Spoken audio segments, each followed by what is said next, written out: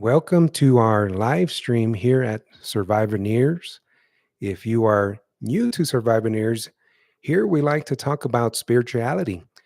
And in particular, we are talking about how to transform our lives today. And I would like to share with you a process that I have put together called Spirit.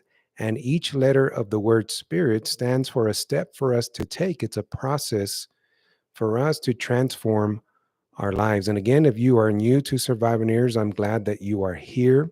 If you like spiritual insights, don't forget to subscribe as we do talk about different areas of our life from intimate relationships, from finances, and even our health, and overall how to become a spiritually balanced human being.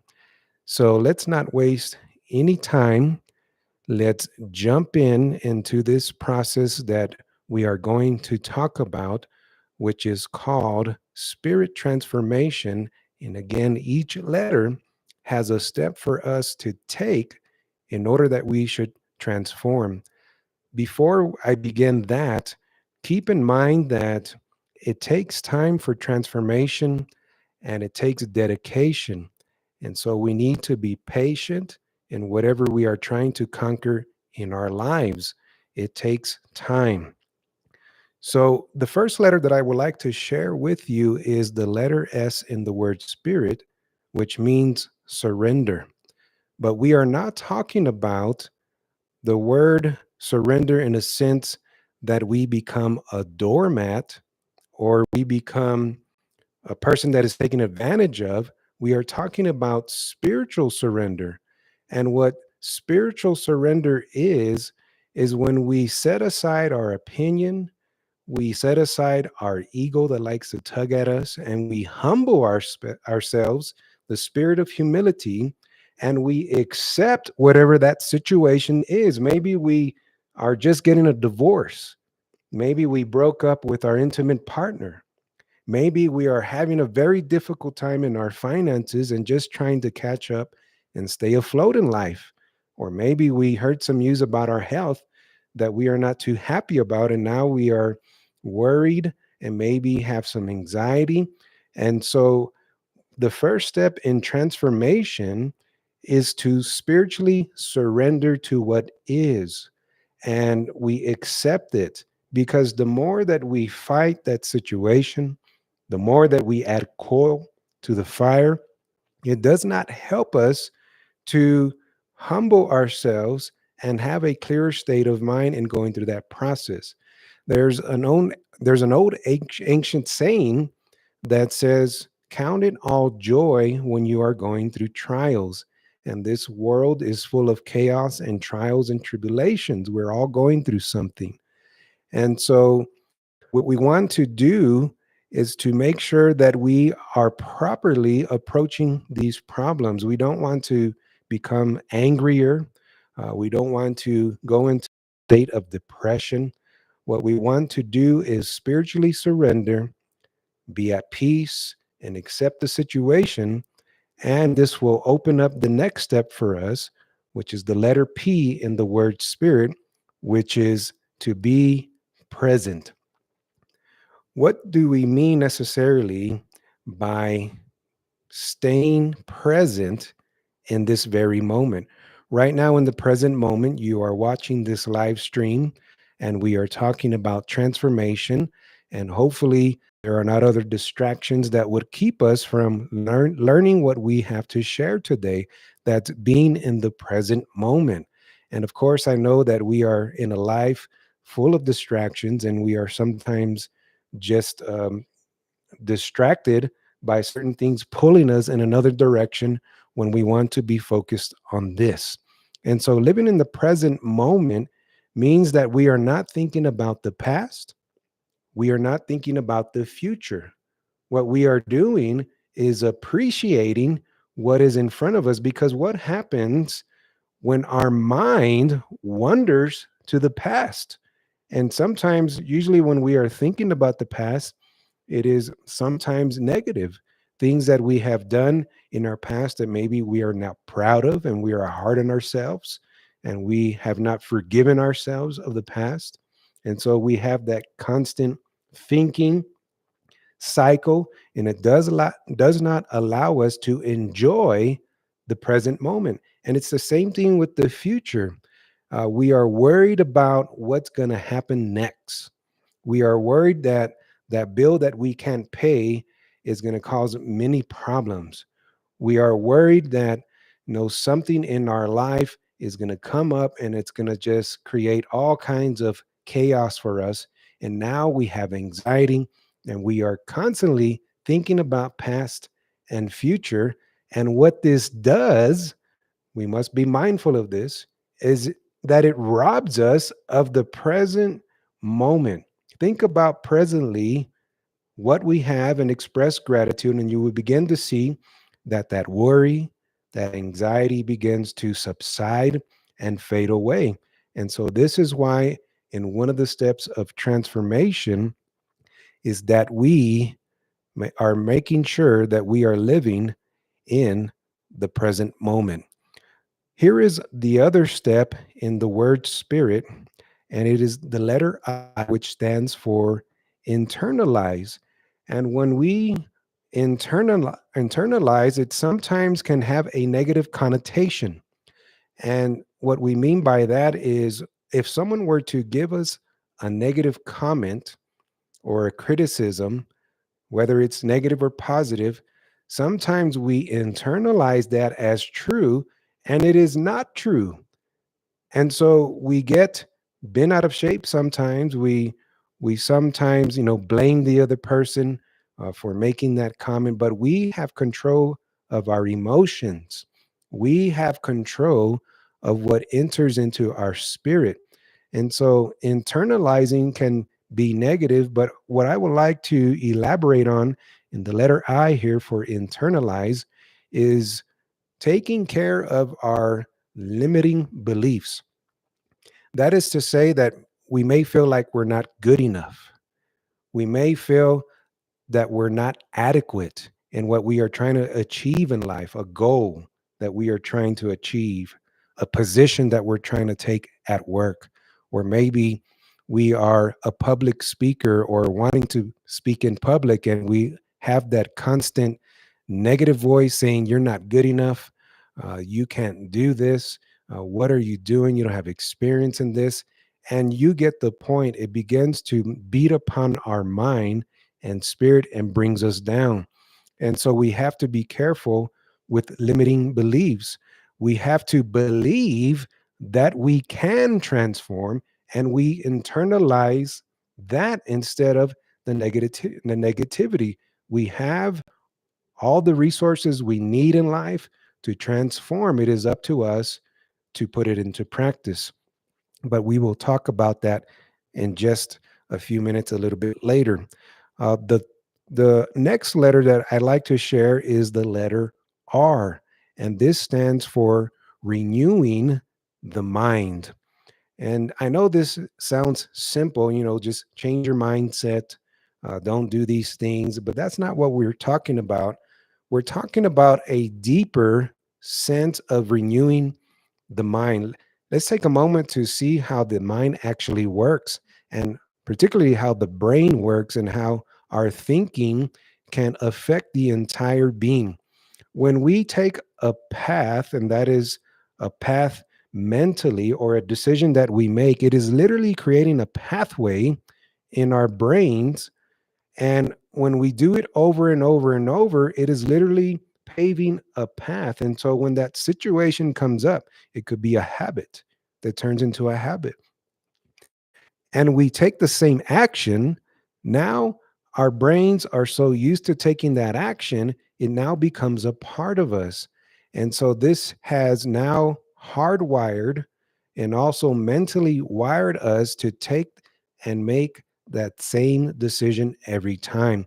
And this is why we may hear things like, well, this is just the way I am.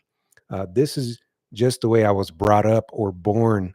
But I want to challenge that mindset, that limiting belief that we can change when we replace those patterns and those habits with spirituality and with goodness, it starts to change that pathway little by little.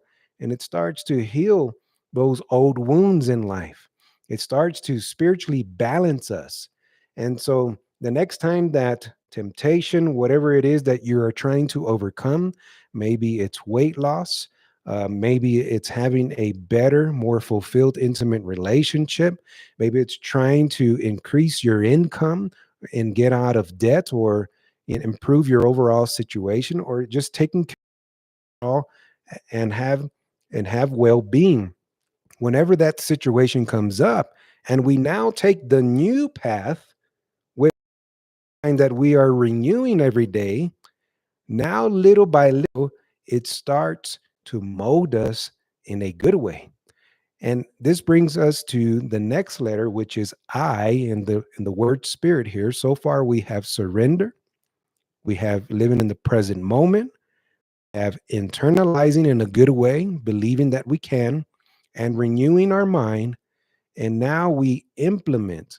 Now, this is going to be one of the most powerful steps to take in spiritual transformation, because if we have knowledge, but no understanding or application of it, then we really have nothing. It is just something that is sitting there inactive, doing nothing for us. Now, knowledge can get puffed up, and knowledge can create arrogance in us. And when we think about the many inventors of this world who have created great things in this world, and we do not take those things for granted, that is a form of intelligence. That is a form of a higher thinking and also having a mind to create and invent those things. But when we are talking about implementing, we are talking about using wisdom. And let's take a moment to understand what wisdom is. Wisdom is knowledge and understanding applied. And when we put those and we implement these spiritual steps, now we have a powerful tool in our spiritual toolbox to be able to form day by day by a powerful practice. We can't just think something and into action that tool or that knowledge and think that we're going to transform. It takes commitment, it takes dedication, it takes a different mindset. And when we talk about the mind, it is just a tool that we are using in everyday life.